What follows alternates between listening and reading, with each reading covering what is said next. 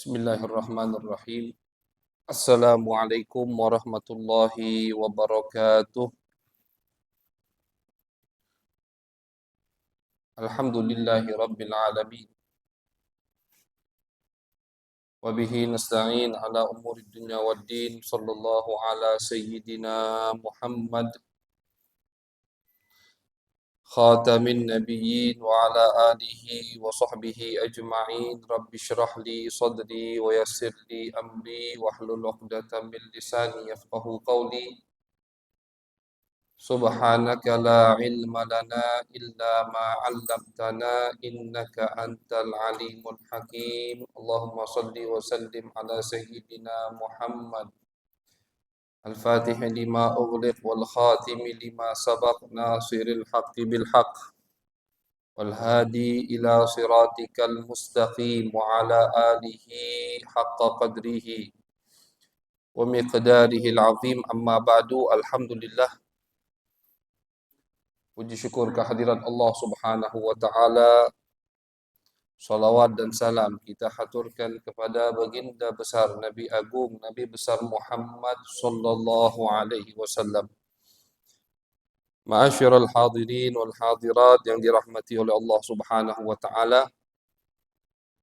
Pagi hari ini kita sambung kajian kita yang bertema Ma'as Sunnah An-Nabawiyah, bersama sunnah atau hadis Nabi besar Muhammad sallallahu alaihi wasallam, yang mana di pertemuan kemarin kita sudah jelaskan apa itu hadis Nabi besar Muhammad sallallahu alaihi wasallam, apa itu sunnah Nabi besar Muhammad sallallahu alaihi wasallam, dan sudah kita sebutkan pentingnya atau perannya sunnah Nabi besar Muhammad sallallahu alaihi wasallam di dalam syariat Islam dan di dalam menafsirkan ayat-ayat suci Al-Quran. Pagi hari ini insyaAllah kita akan mulai memasuki daripada tema yang ingin kita sampaikan di bulan suci Ramadan pada tahun ini, yaitu adalah seputar tentang pembukuan atau pengumpulan daripada hadis baginda Nabi besar Muhammad sallallahu alaihi wasallam. Namun sebelum itu, seperti yang dikutip ini, Al-Faqir membawa atau membaca daripada kitab As-Sunnah Qabla Tadwin, karya daripada Al-Imam Al-Maghfur lah Muhammad Ajad Khatib rahimahullahu taala. Di sini beliau sebelum menyebutkan bagaimana hadis Nabi dikumpulkan oleh sahabat daripada murid-murid Nabi besar Muhammad sallallahu alaihi wasallam, di sini beliau menyebutkan dulu atau ingin kita tahu dulu bagaimana metode Nabi dalam menyampaikan hadis-hadis beliau. Jadi sebelum kita membaca atau diberitahu oleh beliau bagaimana hadis sunnah Nabi dikumpulkan oleh sahabat, di sini beliau ingin sampaikan terlebih dahulu bagaimana Nabi menyampaikan hadis-hadis beliau. Bagaimana metode Nabi dalam mengajari sahabat-sahabat beliau, yang mana sahabat-sahabat Nabi besar Muhammad sallallahu alaihi wasallam itu bersama Nabi dari nol. Sahabat itu kan dari musyrik ke muslim, dari yang menyembah berhala menyembah Allah Subhanahu wa taala. Sayyiduna Umar bin Al-Khattab radhiyallahu taala an, beliau itu sering tiba-tiba tersenyum sendiri. Ditanya sama orang yang ada di sekitarnya, "Wahai khalifah, wahai Amirul Mukminin, wahai Umar bin Al-Khattab, kenapa kau tersenyum sendiri? Ada apa? Ngapa ketawa dewek tiba-tiba?" Dijawab Sayyidina Umar, "Aku teringat dulu masa jahiliyah. Masa jahiliyah aku teringat. Dulu itu aku pernah," kata Umar, "membuat berhala dari gandum." Dari gandum. Dibuat, kata Sayyidina Umar, "Aku buat dari roti gandum berhala, kemudian aku sembah." Disembah. Namun setelah itu aku lapar, aku makan itu roti. Jadi tersenyum Sayyidina Umar, menunjukkan zaman jahiliyah. Mereka itu bukan bodoh di segala hal, bukan. Kalau kita lihat bagaimana sejarah sastra Arab di zaman jahiliyah, mereka menduduki peringkat pertama. Tapi jahili yang dimaksud jahil anillah. Mereka jauh dari Allah. Mereka tidak kenal kepada Allah. Mereka tersesat dari jalan yang benar. Sampai-sampai bikin Tuhan dari roti, dari gandum, habis itu disembah, pas lapar dimakan. Ini yang membuat Sayyidina Umar tersenyum. Nah, mereka lah yang dididik oleh Nabi besar Muhammad SAW. Mereka lah yang mau ditarbiyah, yang mau digodok sama Nabi, diluruskan pemahamannya, pemikirannya yang tentang berkaitan hal-hal yang berkaitan dengan Allah Subhanahu wa taala. Nah, makanya kita sebelum mengetahui bagaimana hadis dikumpulkan, kita harus tahu dulu bagaimana Nabi menyampaikan hadis beliau atau bagaimana Nabi mendidik murid-murid beliau daripada sahabat Nabi besar Muhammad sallallahu alaihi wasallam. Pertama yang dilakukan oleh Nabi besar Muhammad sallallahu alaihi wasallam, beliau berkata di sini pengarang kitab yang Al-Fakir bawa, ittakhadha baital arqam wa manzilahu nafsahu lit-ta'lim wa nashrid dakwah al-islamiyah. Bahwasanya Nabi besar Muhammad sallallahu alaihi wasallam ketika dilantik oleh Allah, seperti yang kita ketahui, Nabi itu 3 tahun pertama dakwahnya secara diam-diam. Dakwahnya secara diam-diam. 3 tahun, dari mulut ke mulut. Nabi mengajak temannya, tentu keluarga Nabi atau orang yang tinggal serumah dengan Nabi sudah masuk Islam semua. Siti Khadijah masuk Islam. Sayyiduna Ali bin Abi Thalib, itu kan diasuh sama Nabi, masuk Islam. Zaid bin Harithah, mantan budak Nabi dan mantan anak angkat Nabi, masuk Islam sudah. Nabi mulai ke orang luar. Teman paling dekat, sahibun Nabi, teman paling dekat sama Nabi dari kecil sampai beliau dilantik oleh Allah, bahkan nanti sampai Nabi meninggal adalah Sayyiduna Abu Bakar As-Siddiq. Beliaulah pertama kali yang diajak oleh Nabi besar Muhammad sallallahu alaihi wasallam. Sayyiduna Abu Bakar langsung menerima tawaran Nabi. Maka Nabi itu ketika memuji Sayyiduna Abu Bakar As-Siddiq di akhir hayat beliau, kata Nabi, jangan kalian ganggu Abu Bakar. Karena sesungguhnya demi Allah, kata Nabi, kalian semua itu ketika aku ajak untuk masuk ke agama Islam, mempunyai keraguan. Mikir dulu, maju mundur, sudah merenung, baru yakin. Illa Abu Bakar, kecuali Abu Bakar. Abu Bakar ini ketika aku ajak ke agama Islam, langsung iya, langsung oke, langsung ikut. Tanpa mikir, tanpa ragu, tanpa merenung. Dah, langsung Sayyidina Abu Bakar masuk Islam. Menjadi termasuk orang pertama kali yang masuk Islam dalam sejarah Islam. Sayyidina Abu Bakar As-Siddiq radhiyallahu taala anhu. Sayyidina Abu Bakar sudah masuk Islam, kemudian Sayyidina Abu Bakar ngajak teman dekatnya lagi, Utsman bin Affan, Abdurrahman bin Auf dan seterusnya. Nah, ketika teman-teman Nabi dan teman-teman Abu Bakar sudah adalah beberapa orang yang masuk Islam, walaupun jumlahnya tidak banyak, mereka butuh dididik. Mereka butuh diajarkan. Ya, setelah ngajak orang masuk Islam, tidak mungkin kita tinggalkan. Nah, ini tugas kita juga.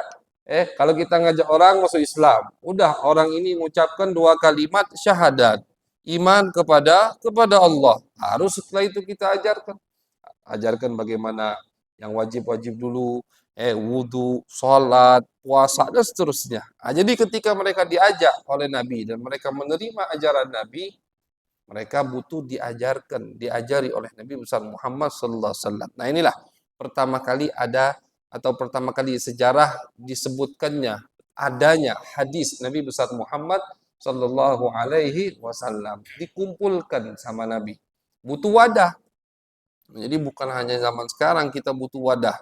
Dari zaman dulu Nabi butuh wadah, butuh tempat, butuh lembaga untuk mendidik, mengkader ini para calon pendakwah dan pewaris Nabi besar Muhammad sallallahu alaihi wasallam. Nabi jadikanlah satu rumah daripada rumah sahabat yang sudah juga masuk Islam, yaitu Zaid al-Arqam. Zaid al-Arqam. Nah, ini rumah Nabi jadikan semi pesantren.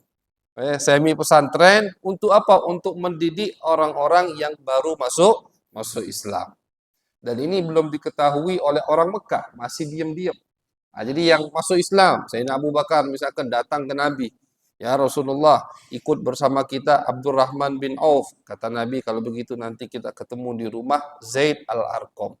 Pondok semi pesantren tadi, rumah semi pesantren. Disitulah Nabi mengajari mereka. Dari 1 orang, 2 orang, 5 orang, 10 orang, sampai jumlah mereka komplit 40 orang dengan masuknya Islam Sayyiduna Umar bin Khattab radhiyallahu taala anhu. Itu Nabi masih di rumah Zaid Al-Arqam.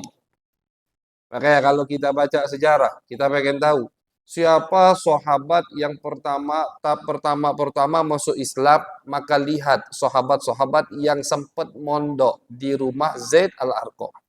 Siapa? Ah, itulah mereka lah orang-orang yang pertama masuk Islam menjadi sahabat baginda Nabi besar Muhammad sallallahu alaihi wasallam. Nah, ini termasuk metode Nabi dalam menyampaikan hadis beliau. Kemudian selama Nabi di Mekah itu jadi pondok itu rumahnya Zaid Al-Arqam. Sampailah kemudian 13 tahun Nabi besar Muhammad sallallahu alaihi wasallam berada di kota Mekah. Belum banyak yang masuk Islam. Akhirnya setelah itu Nabi Muhammad hijrah ke kota Madinah. Nah, baru di kota Madinah Nabi membangun masjid, dan masjid dijadikan oleh Nabi besar Muhammad SAW sentral untuk agama Islam. Di situ Nabi mengajar, di situ sahabat belajar, di situ mereka beribadah, di situ mereka melihat gerak-gerik Nabi besar Muhammad Sallallahu Alaihi Wasallam di Masjidun Nabawi. Nah, makanya alhamdulillah kita punya masjid bukan hanya untuk sholat memang. Fungsi masjid itu banyak. Fungsi dari masjid banyak. Bukan hanya untuk sholat. Betul, sholat di masjid afdal. Tapi bukan hanya untuk sholat. Termasuk fungsi masjid untuk belajar. Seperti yang dilakukan oleh baginda Nabi besar Muhammad Sallallahu Alaihi Wasallam. Di situ Nabi belajar, Nabi berfatwa, Nabi memberikan hukum. Bahkan masjid jadi mahkamah Nabi besar Muhammad. Kalau ada yang ribut atau ada yang cekcok, datang ke Nabi, diberi hukum oleh Nabi besar Muhammad. Ada yang terjadi masalah kepada mereka, mereka bingung jawabannya, ingin fatwa Nabi, diberikan fatwa oleh Nabi besar Muhammad Sallallahu Alaihi Wasallam. Ini salah satu metode penyampaian hadis daripada Nabi besar Muhammad Sallallahu Alaihi Wasallam kepada sahabat-sahabat beliau. Jadi di Makkah Nabi menjadikan satu rumah semi pondok pesantren. Kemudian ketika Nabi hijrah ke kota Madinah, masjid Nabi jadikan tempat untuk menimbah ilmu para sahabat-sahabat Nabi besar Muhammad Sallallahu Alaihi Wasallam. Itu yang pertama. Kemudian yang kedua, Sayyiduna Abdullah bin Mas'ud. Abdullah bin Mas'ud beliau memberikan kita gambaran bagaimana Nabi itu menyampaikan hadis. Abdullah bin Mas'ud sahabat Nabi. Beliau berkata, "Kana Nabiyyu sallallahu alaihi wasallam yatakhawwaluna bil mau'izah fil ayyami karahatas sa'amati alaina." Kata Abdullah bin Mas'ud bahwasanya Nabi besar Muhammad sallallahu alaihi wasallam, ini sekali lagi kita ulangi bahwasanya yang kita sampaikan sekarang adalah bagaimana Nabi menyampaikan hadis, ya. Ini Abdullah bin Mas'ud mengatakan bahwasannya Nabi besar Muhammad yatakhawwaluna, itu beliau tidak setiap hari memberikan kami nasihat. Tidak setiap hari memberikan kami nasihat. Al-mau'izah. Mau'izah itu nasihat. Bukan cawisan, bukan menuntut ilmu, belajar ilmu agama. Mau'izah, sekedar nasihat. Kata Abdullah bin Mas'ud, Nabi tidak tiap hari memberikan nasihat. Contoh, kita misalkan, ada orang, tetangga kita, tiap ketemu nasihati kita, unyam lama-lama. Lama-lama unyam. Tiap ketemu nasihati, tiap ketemu nasihat. Mental akhirnya. Nabi bukan seperti itu.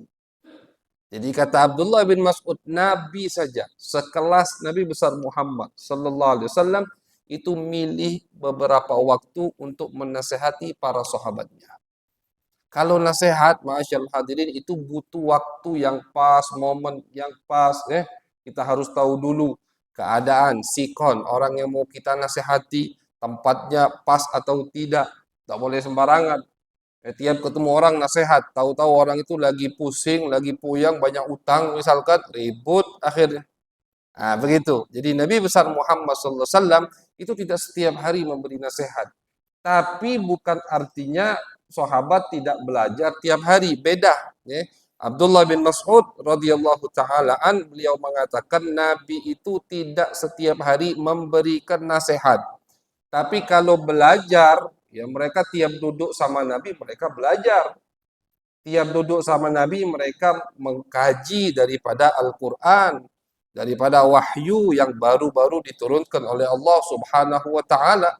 Kapan mereka ada masalah yang tidak tahu hukumnya, langsung mereka tanyakan kepada baginda Nabi besar Muhammad sallallahu alaihi wasallam. Dan setiap Nabi melihat ada kejadian, ada kelakuan, ada yang melakukan ini dan itu tidak benar, langsung ditegur oleh Nabi besar Muhammad sallallahu alaihi wasallam. Ini yang dimaksud oleh Ibn Mas'ud adalah nasihat umum. Nah, itu Nabi tidak tiap hari. Ini termasuk metode penyampaian hadis Nabi besar Muhammad sallallahu alaihi wasallam. Wa kana sallallahu alaihi wasallam idza takallama thalathan. Tadi yang barusan kita sebutkan metode kedua.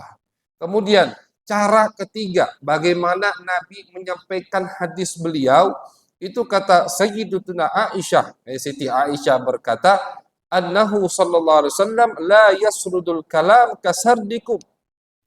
Kata Siti Aisyah, Nabi itu kalau ngomong itu tidak cepat seperti kalian. Itu Nabi kalau ngomong. Nabi kalau ngomong, kata Siti Aisyah, tidak cepat seperti kalian. Walakin idza takallama bikalamin faslin yahfazuhu man sami'ahu. Kata Sayyidah Aisyah, Siti Aisyah berkata, akan tetapi Nabi itu kalau ngomong, omongan Nabi itu pelan dan sering kali Nabi ulang. Maka kita kalau baca hadis sering kita dengar Nabi mengulang kalimat sampai 3 kali. Kadang Nabi mengulang kalimat sampai napas beliau habis. Sampai napas beliau habis. Itu perkara-perkara yang seram atau yang besar. Misalkan suatu hari Nabi lagi menyebutkan dosa-dosa besar. Kata Nabi, dosa besar begini, begini, begini, begini. Saat itu Nabi sambil sandaran. Kemudian dosa besar terakhir yang disebutkan oleh Nabi, kata Nabi, ala wa qauluz zur. Termasuk dosa besar, kata Nabi, adalah sumpah palsu. Nah, itu Nabi dari nyandar sampai duduk tegak. Dan diulangi sama Nabi, sumpah palsu, sumpah palsu, sumpah palsu. Kata sahabat sampai napas beliau habis. Saking besarnya dosa orang yang berani sumpah palsu di hadapan hakim.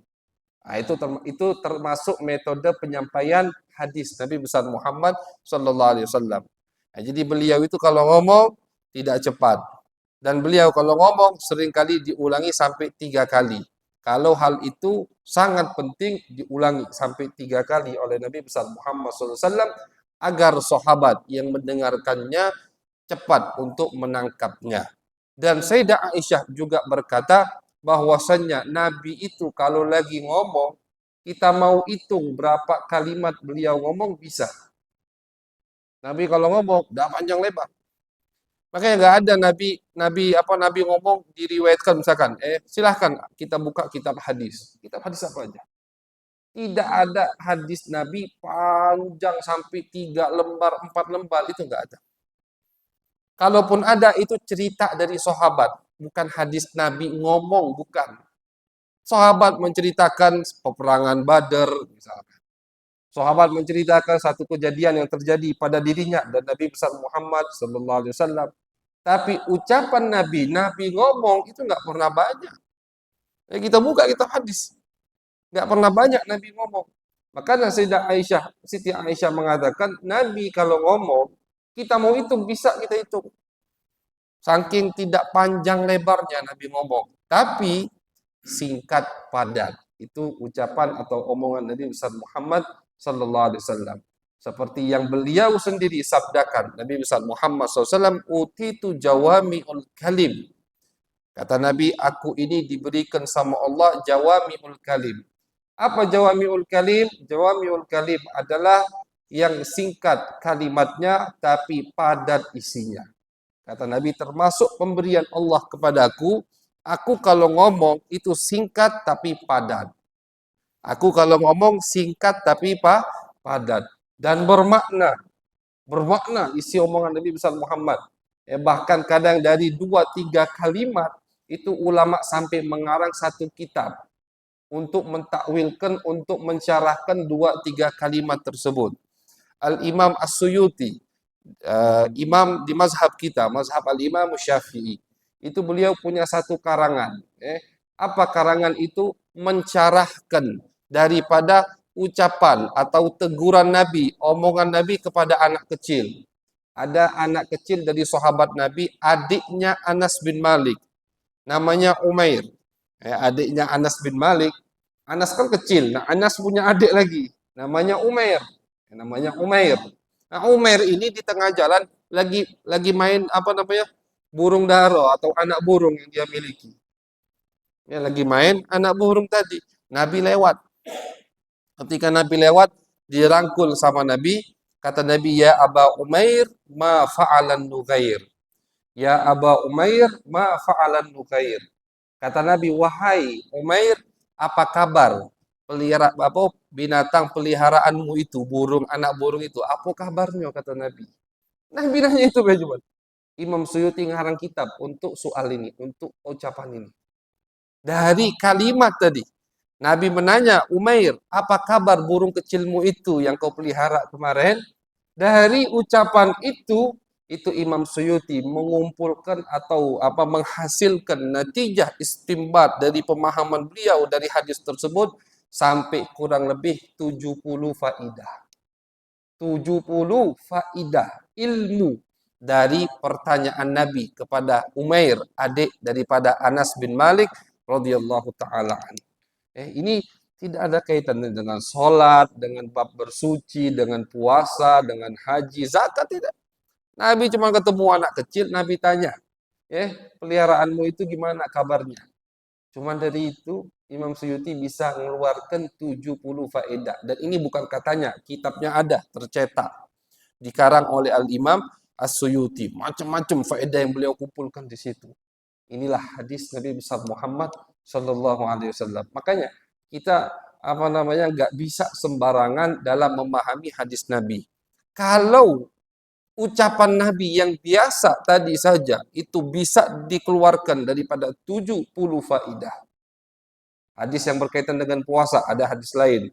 Nabi ngomong, tasahharu fa inna fis sahuri barakah.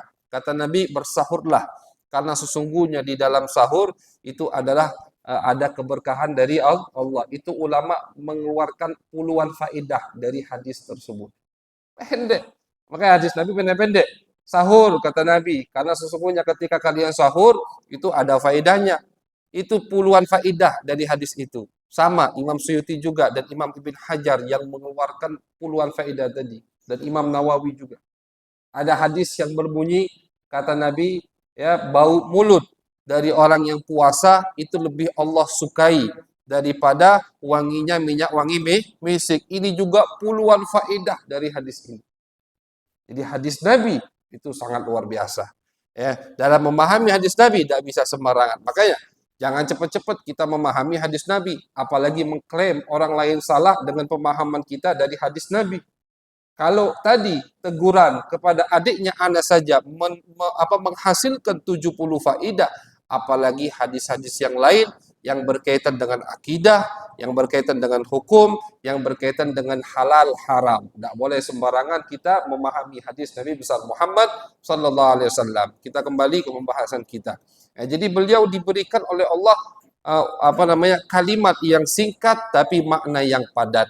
Inilah yang menyebabkan sahabat cepat dan gampang menerima hadis atau sunnah Nabi besar Muhammad sallallahu alaihi wasallam. Ini metode keempat. Metode keempat dari bagaimana Nabi menyampaikan hadis kepada sahabat-sahabat beliau. Kemudian yang kelima, kata sahabat, Nabi itu setiap mengajak orang berbicara, pasti Nabi lihat siapa yang Nabi ajak bicara.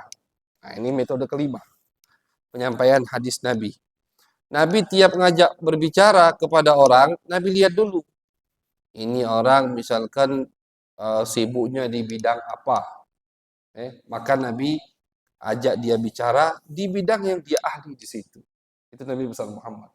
Makanya kalau kita baca sifat Nabi Muhammad, syama'il Nabi Muhammad, termasuk sifat beliau, beliau itu beliau itu ketika duduk sama orang pasti nyambung. Nabi kalau duduk sama wong pasti nyambung. Kalau kita kan kadang sago wong pasar nak duduk sama wong masjid, kadang sago ketemunya. Misalkan atau petani duduk sama orang yang kerja di kantoran, ndak nyambung. Nabi duduk sama petani nyambung. Nabi duduk sama orang pedagang di pasar nyambung. Nabi duduk sama ulama Yahudi atau ulama dari Nasrani nyambung. Nabi duduk sama badui. Badui itu orang yang tinggal di pelosok yang nggak punya etika, nyambung. Duduk sama anak kecil juga nyambung. Itulah Nabi besar Muhammad sallallahu alaihi wasallam. Beliau duduk dengan siapa saja nyambung. Kenapa bisa nyambung? Karena beliau bisa mengatur daripada ketinggian atau kerendahan omongan yang ingin beliau sampaikan. Itu Nabi. Kadang ada orang yang misalkan ngomong tinggi terus, akhirnya yang rendahan atau yang pemahamannya kurang tinggi tidak bisa memahami omongan tersebut. Kalau Nabi tidak ngomong di depan wong kantoran, Nabi bahasanya bahasa kantoran. Ngomong di depan wong pasar, bahasanya bahasa pasar. Itu Nabi kita Muhammad. Ngomong di depan wong dusun, bahasa dusun bisa Nabi. Dusun Arab maksudnya, bukan dusun Palembang. Dusun Arab. Itu Nabi besar Muhammad sallallahu alaihi wasallam. Jadi semua Nabi kuasai. Ini termasuk ilmu yang Allah berikan kepada Nabi Muhammad. Salah satu contoh disebutkan sama ulama bahwasanya ketika Abu Musa al-Asy'ari dari kabilah Yaman datang ke kota Madinah dengan kabilahnya membaiat Nabi besar Muhammad sallallahu alaihi wasallam, itu Nabi ngajak Abu Musa berbicara atau ngomong dengan lahjat, dengan cara Abu Musa dan kabilahnya berbicara. Beda-beda lahjat, macam kita Palembang banyak. Ada bahasa Palembang, bahasa Bingen, bahasa Lamo, ada bahasa baru. Kemudian dusun sana beda bahasanya. Dusun Pemulutan beda, dusun sini beda. Nabi kuasai semua itu. Jadi ketika datang Abu Musa al-Asy'ari, kabilah Yaman, Arab, cuman namanya Yaman, Arab, cuman ada bedanya lahjat atau cara berbicaranya, cara mengucapkan hurufnya dengan Quraisy, dengan Nabi besar Muhammad sallallahu alaihi wasallam. Apa salah satunya? Salah satunya kabilah Al-Asy'ariyah atau kabilah Abu Musa Al-Asy'ari itu tidak ada huruf alif lam dalam kabilah tersebut. Tidak ada huruf alif lam. Nah, ini contohnya. Ketika Nabi ingin menyampaikan kepada Abu Musa Al-Asy'ari satu hadis yang terkenal. Kata Nabi, hadisnya, lafadznya begini, laisa minal birri asyamu fis safar. Ini hadisnya. Laisa minal birri asyamu fis safar. Wahai Abu Musa, kalau kalian lagi di tengah perjalanan, lagi bepergian, maka tidak usah puasa, tidak apa-apa. Jangan memaksakan diri kalian. Itu artinya. Nah, ini yang kita bahas lafadznya. Laisa minal birri. Ada alif lam di sini. Al birri. Nabi ketika nyampaikan ke Abu Musa tidak pakai alif lam, tapi diganti dengan huruf mim. Nah, ini lahjat atau ini cara mengucapkan daripada kabilah Abu Musa al-Asy'ari kalimat atau huruf alif lam. Jadi kata Nabi, laisa minam birri. Kita ulangi. Kalau Nabi ngomong ke sahabat lain, laisa minal birri. Al-birru, alif lam. Ada alif lam kan, al-birru. Karena kabilah Abu Musa al-Asy'ari itu setiap ada alif lam, dia baca dengan mim. Nabi juga menyebutkannya dengan mim. Laisa minam birri.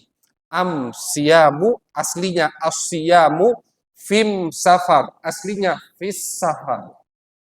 Ini lahjat, tentunya lahjat. Jadi setiap alif lam mim itu diganti dengan huruf mim.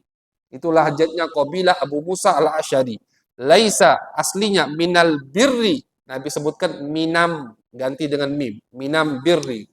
As-siyamu, alif lam. Nabi ganti dengan mim. Siyamu. Fis safar, alif lam lagi. Sebelum sin, Nabi ganti fim safar. Laisa minam birri siyamu fim safar. Kaget Abu Musa, oh Nabi bisa lah hajat kita. Ini termasuk ilmu laduni yang Allah berikan kepada baginda Nabi besar Muhammad sallallahu alaihi wasallam. Jadi Nabi setiap mengajak orang bicara, hadis yang beliau sampaikan itu sesuai dengan orang yang ingin menerima atau mendengarkan hadis tersebut. Itulah hebatnya Nabi besar Muhammad SAW. Bisa naik turunkan level tinggi, Nabi tinggikan levelnya. Levelnya agak ke bawah, Nabi bawahkan levelnya. Lahjatnya agak beda, Nabi pindah ke lahjat yang lain. Ini tidak dikuasai kecuali oleh seorang Nabi, Nabi besar Muhammad sallallahu alaihi wasallam. Ini metode kelima daripada bagaimana menyampaikannya Nabi besar Muhammad SAW hadis-hadis beliau. Kemudian metode yang keenam yang terakhir yang disebutkan oleh pengarang kitab ini bahwasannya Nabi besar Muhammad sallallahu alaihi wasallam itu tidak hanya mengkhususkan majelis untuk kaum laki-laki. Itu Nabi. Jadi beliau punya juga majelis khusus kaum wanita. Nabi Muhammad SAW. Punya majelis khusus kaum wanita. Ini diminta sendiri oleh mereka. Jadi kaum wanita daripada muslimat, muhajirat, ansar yang tinggal di kota Madinah, itu mereka sepakat datang ke Nabi. Ya Rasulullah, kami minta jatah juga. Minta jatah untuk ada majelis sama Nabi besar Muhammad sallallahu alaihi wasallam. Diberikan sama Nabi besar Muhammad sallallahu alaihi wasallam. Diriwayatkan dikasih Nabi jatah 1 minggu 1 kali. Ini yang khusus, maksudnya khusus wanita begitu. Ya, kalau yang setiap harinya mereka ikut, mereka kan di masjid ikut sholat bersama Nabi Muhammad. Kalau Nabi ngajar, mereka ikut belajar sama Nabi Muhammad sallallahu alaihi wasallam. Cuman gabung dengan pria, jadi mereka di belakang kan gitu. Dari zaman Nabi yang namanya barisan wanita itu di paling belakang kan gitu. Nabi yang ngomong, kata Nabi khairu sufufin nisa akhiruhun, kata Nabi. Sebaik-baiknya barisan sholat atau barisan duduk di masjid untuk wanita yang paling di belakang. Wa khairu sufufir rijal awwaluhun, dan sebaik-baiknya barisan untuk kaum laki-laki yang ada di depan. Paling depan, paling besar pahalanya. Kalau perempuan kebalikan paling belakang, artinya di belakang laki-laki paling besar pahalanya. Jadi jangan dibalik. Kalau yang kebalik berarti tidak suka dengan aturan Nabi besar Muhammad sallallahu alaihi wasallam. Nah, jadi mereka hadir salat berjamaah dengan Nabi, mereka hadir majelis taklim Nabi setiap hari, sahabat belajar kepada Nabi, mereka ikut belajar. Cuman yang mereka inginkan adalah apa? Adalah majelis khusus untuk mereka duduk bersama Nabi Muhammad sallallahu alaihi wasallam dan mereka mengutarakan kelah kesuh mereka, apa yang mereka rasakan, mereka ingin hukum, jawaban hukum dari Nabi besar Muhammad sallallahu alaihi wasallam. Jadi ini 6 atau 5 metode penyampaian hadis dari Nabi besar Muhammad sallallahu alaihi wasallam kepada sahabat-sahabatnya. Jadi kita sudah tahu kurang lebih bagaimana Nabi menyampaikan hadis kepada sahabat-sahabat. Tentunya masyarul hadirin, ini kalau tidak ada kejadian yang terjadi tiba-tiba terjadi. Ini majelis biasa, tapi kalau ada kejadian, misalkan ada sahabat yang melakukan satu hal, Nabi tahu dan itu salah, langsung dikeluarkan statement atau fatwa atau hadis dari Nabi besar Muhammad sallallahu alaihi wasallam. Misalkan terjadi kepada Nabi, jangankan kepada sahabat, kepada Nabi. Nabi pernah, kata Siti Aisyah, contohnya masuk rumah, kata Siti Aisyah, tiba-tiba Nabi melihat di rumah ada kayak karpet kecil gitu, ada gambarnya di situ. Nabi tidak suka. Ada gambar yang utuh, tidak boleh. Tak boleh kita memiliki kayak bantal karpet gambar utuh, gambar binatang yang utuh, tak boleh. Yang sekiranya bisa dikasih ruh, tak boleh. Kata Nabi, wahai, berubah muka Nabi. Kata Nabi, wahai Aisyah, potong ini karpet. Karena sesungguhnya malaikat tidak masuk ke rumah yang di rumahnya ada gambar-gambar seperti ini.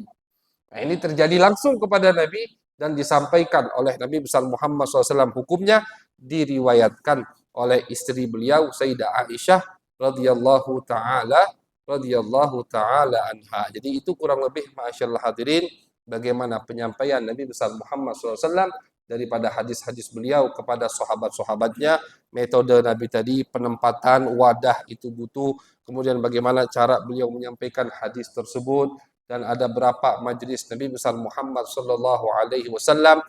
Setelah itu insyaallah di pertemuan yang akan mendatang insyaallah kita akan Kita akan sebutkan bagaimana sahabat menyambut atau menerima hadis Nabi besar Muhammad sallallahu alaihi wasallam. Kalau tadi kan Nabi menyampaikan. Sekarang kita akan sebutkan insyaallah di pertemuan yang akan mendatang bagaimana sahabat menerima hadis Nabi. Setelah Nabi menyampaikan, bagaimana respon sahabat, antusias sahabat Nabi besar Muhammad sallallahu alaihi wasallam dalam menerima sunnah atau hadis Nabi besar Muhammad sallallahu alaihi wasallam. Baru setelah itu insyaallah di pertemuan yang mendatangnya lagi akan kita sebutkan bagaimana pembukuan atau penyebaran pertama untuk hadis Nabi besar Muhammad sallallahu alaihi wasallam. Mudah-mudahan kita selalu diberikan oleh Allah kesehatan, dikumpulkan dalam keadaan sehat walafiat, digampangkan untuk menghadiri majlis-majlis ilmu yang manfaat, sehingga insya Allah tidaklah keluar dari bulan suci Ramadan kecuali kita makin dekat dengan Nabi besar Muhammad sallallahu alaihi wasallam. Karena ini tidak keluar dari tema besar kita yaitu bulan suci Ramadan. Karena yang kita kaji, yang kita bahas Nabi besar Muhammad sallallahu alaihi wasallam. Kalau kita puasa, kita sholat, kita zakat, kita haji, umroh tiap tahun, tapi kita tidak dekat, tidak kenal dengan Nabi kita, kurang faedahnya, kurang manfaatnya, kurang efektif. Tapi kalau kita ibadah, sembari dibarengi kita dekat dengan Nabi kita, kenal dengan Nabi Muhammad, kita kaji hal-hal yang berkaitan dengan Nabi, itu efektif sekali. Manfaatnya akan lebih banyak insyaallah. Amin ya rabbal alamin. Allahumma aghnina bil ilmi wa zayyinna bil hilmi wa akribna bit taqwa wa jamilna bil afiyah. Allahumma ij'al jam'ana hadha jam'an marhuma wa tafarruqana min ba'dihi tafarruqan ma'suma. ولا تجعل فينا ولا معنا ولا إلينا شقيا ولا محروما. ربنا تقبل منا إنك أنت السميع العليم. تب علينا إنك أنت التواب الرحيم. وصلى الله على سيدنا محمد وعلى آله وصحبه وبارك وسلم. والحمد لله رب العالمين بالقبول.